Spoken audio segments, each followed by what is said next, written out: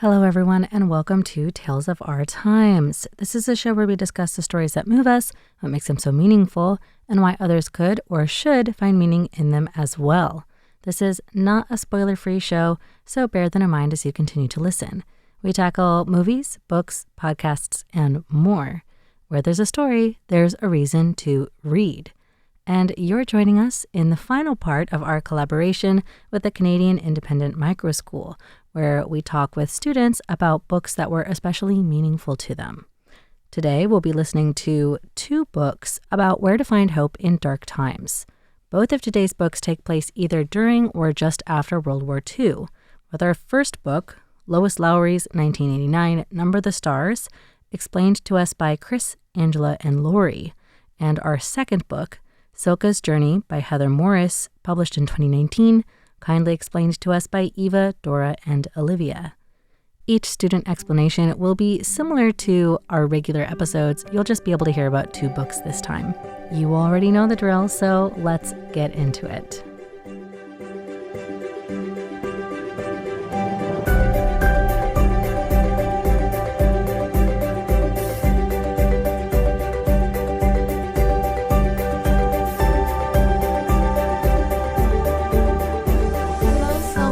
Is Laurie, and I am 11 years old, which I was in 6th grade. So one of the hobbies that I have was drawing. I really like to sketch different kind of art, and especially some people and some clothings. Mm-hmm.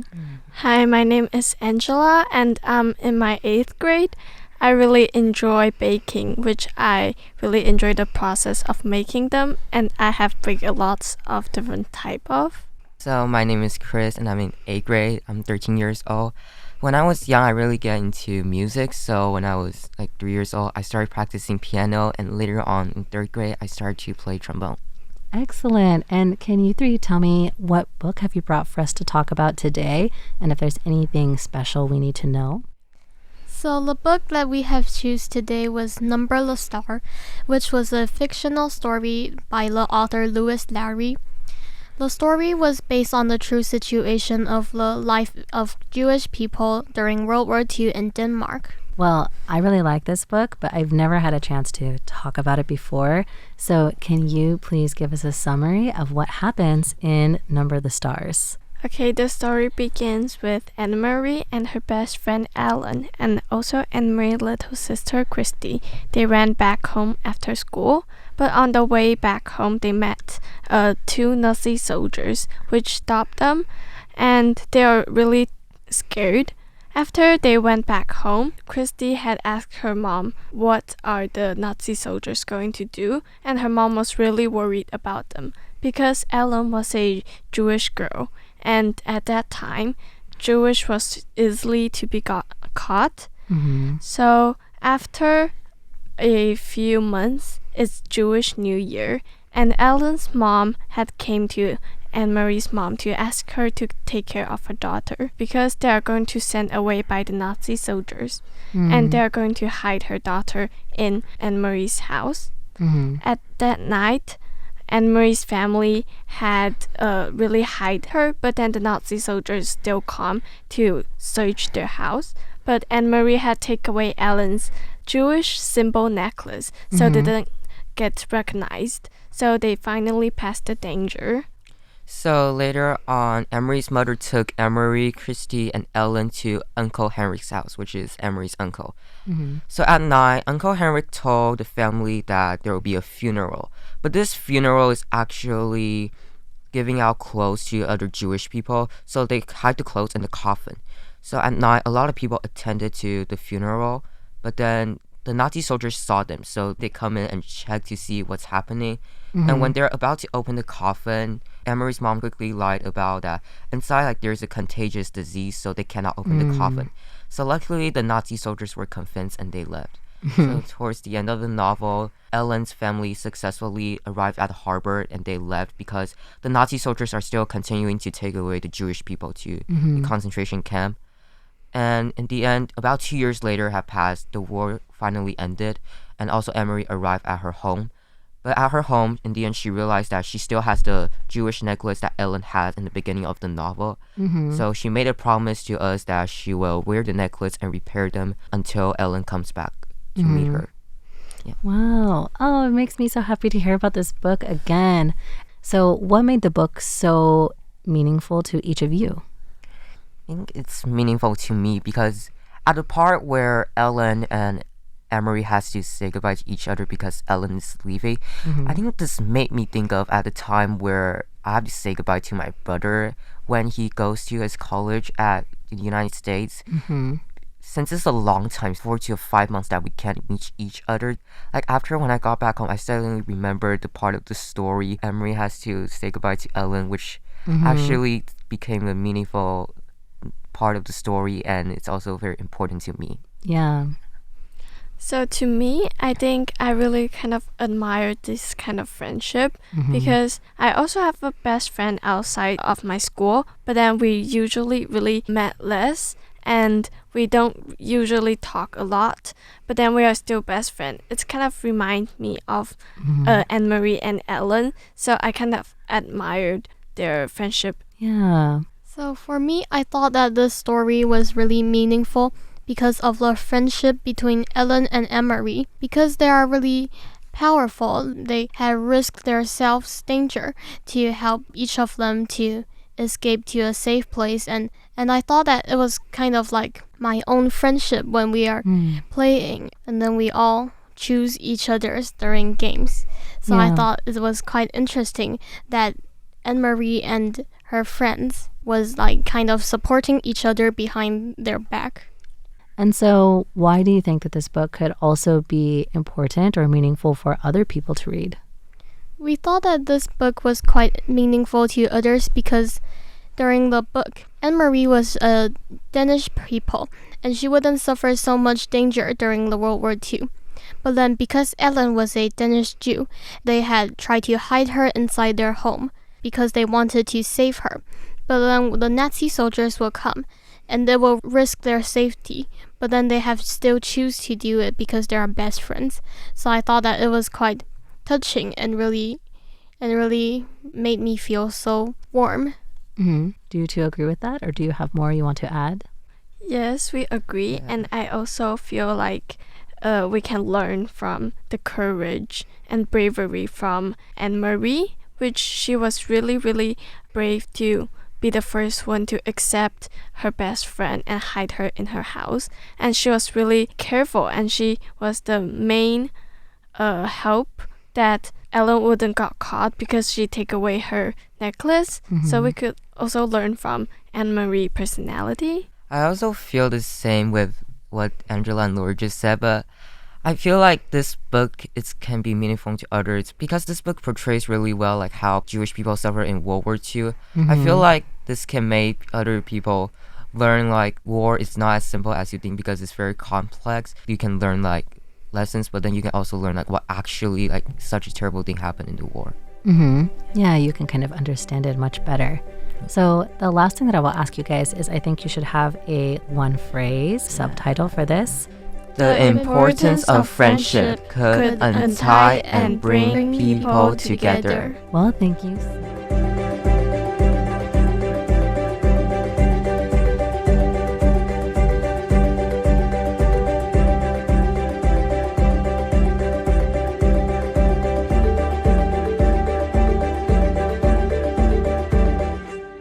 Hello, my name is Eva. I'm in 9th grade and I'm 16 years old. I like doing arts and read books. My name is Dora and I'm in 10th grade currently. I'm really interested in reading a lot of historical fiction book and a lot of literature books, and that interested me a lot on thinkings and way of connecting to our life today. My name is Olivia and I'm in 10th grade, 16 years old, and I like to read books and also like to draw. So then can you three tell me what book did you guys choose today and what makes it so special? The book that we choose today is Cilka's Journey. This is a really special book, and after we reading The Tattooist of Auschwitz, this book really reminds us about the wartime and especially as a female role, how does that make her special in the wartime and how she suffered through these things? Well, I have actually never read this book before. So do you think you could give me a summary of what happens in Cilka's journey? So Cilka's Journey is a book that is settled around post-World War II when Soviet Union first freed the prisoners from the Auschwitz. And Cilka is one of the prisoners who's freed by the Soviet Union. However, instead of being returned back to her home, she is put into a trial where the Soviet soldiers claim that she committed betrayal because she has previously been in a relationship within Auschwitz by SS officer who forced her into serving him as a prostitute. So because of that, the Soviet soldiers consider her as having a relationship with the Nazis. So she was sentenced for another 15 years in the Gulag instead of back to home. So the Gulag is actually abundance in coal, which it had captured a lot of prisoner men to work mining coal, while the women will be hauling coal. So most of the female prisoners will all do this kind of jobs, but even though hauling coal is safer than digging coal, the condition in Gulag is drastically cold and most of the women were underdressed. But however, Cilka was considered to be lucky. It all started when a woman is injured and Cilka came to help her, and it had caught the attention of Yelena, a doctor working in the hospital, and she recruited Cilka, who had the potential of being a nurse, to work in the Gulag. So what happens next, or how does the book end if this is the middle? In general, the books talk about what happened in the Gulag and her relationship with the roommates. She had a really close friend with Josie, another woman that being harassed in the Gulag, and after that, she recognized that she's pregnant. Yeah. Josie is pregnant. Yes. Okay. And because of that, Cilka is trying to help Josie out of the situation. In the beginning, Josie kind of felt a sense of distance with the children, but then later on, after he gave birth to the child, she really wanted to be with him. However, in the Gulag, they are not allowed to have the baby. They have to be separated. So when there's an opportunity for Cilka to get out of the Gulag, she gave this opportunity to Josie because she felt Josie need this. And Cilka think I was safe working in the hospital, so I was able to provide her this opportunity to get back to the normal lives. So I just give the opportunity to Josie in order to give her a proper life, and I can still work in hospital because I have protection. She wanted to spend time with her children, and while the other roommates is still digging coal because they don't have the intelligence or privilege of beauty like Cilka. So I think there's one reason that might contribute to that. Cilka in the end did be freed from the Gulag, and however, within the Gulag, she's also forced as prostitution again. And so Cilka, she faced it really calmly and bravely, and she viewed this as a survival skill, while the man who sexually harassed her actually falls in love with her because of her intelligence. However, she never recognized this relationship as love, but she's always trying to get out of this situation. She also viewed another working man called Alex in the Gulag as a representation of hope because their interaction is genuinely based on respect towards each other. However, Cilka, she never got a chance to actually interact with him within the Gulag. So afterwards, when Cilka was actually freed from the Gulag, she came back with this man. So the ending is suspected that they have a happy ending. Oh, okay. Well, I'm glad to hear that she gets a happy ending after such a difficult beginning for her. So can you tell me then what made this book so meaningful to each of you? To me, the reason why this book is meaningful is because Cilka is courageous and also caring for different kind of patients around her, especially when she even risked her life to save Josie from a harsh punishment. And also she had done her best to saving as much prisoner as possible. Wow. So she really is a very brave person. Is that what you guys agree with, or did you have your own meaning as well? This book is especially meaningful to me because it makes history feel more personal, because if it only talks about what happened in history, it's usually a text or textbook where people knows what happened during that time. However, reading a story of a girl who really went through this experience and her internal mindsets going through all these hardship really shaped your perspective towards the history really differently than reading the textbook. Yeah. I'm agreeing with my classmates, and I think you see a girl like us in 16 years old facing so many. She's just 16? Yeah, when she get to Gulag, it's around 17 only. I'm sorry, I interrupted you. What were you saying? Yeah, it's fine. I was so surprised. Yeah, I'm thinking about in the same age, she have to make choices, and sometimes people accuse her for those choices because sometimes her survival looks like a betrayal to the others. But not all action is morally acceptable in wartime. But then when you choose to be alive, it's already brave enough that you make this choice. And the another point is afterwards, she's willing to help others with the advantage she received.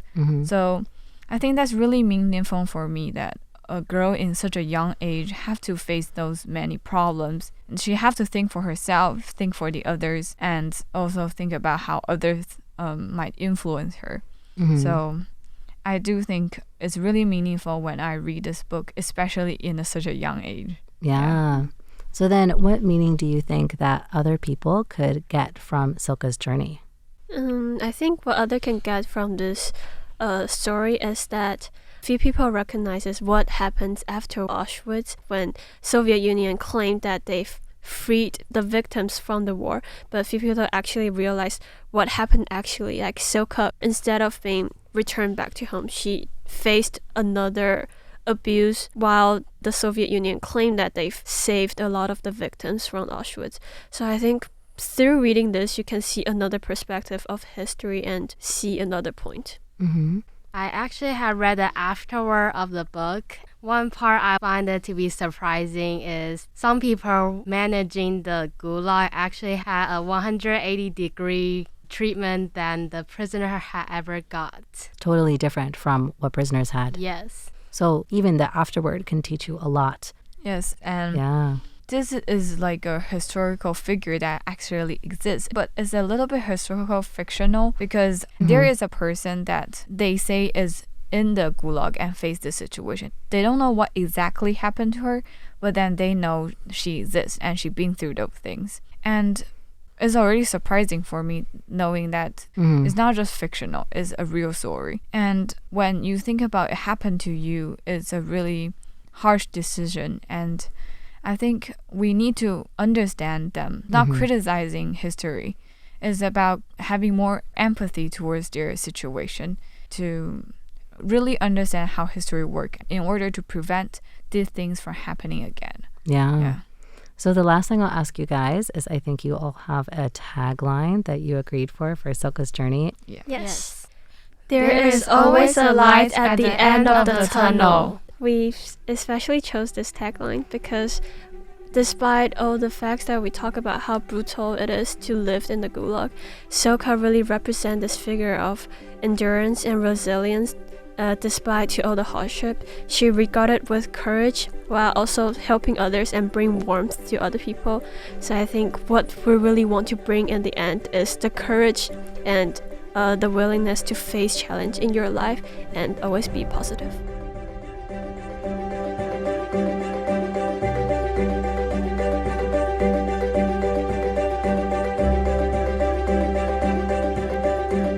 Unfortunately, that's all the time that we have for Tales of Our Time today.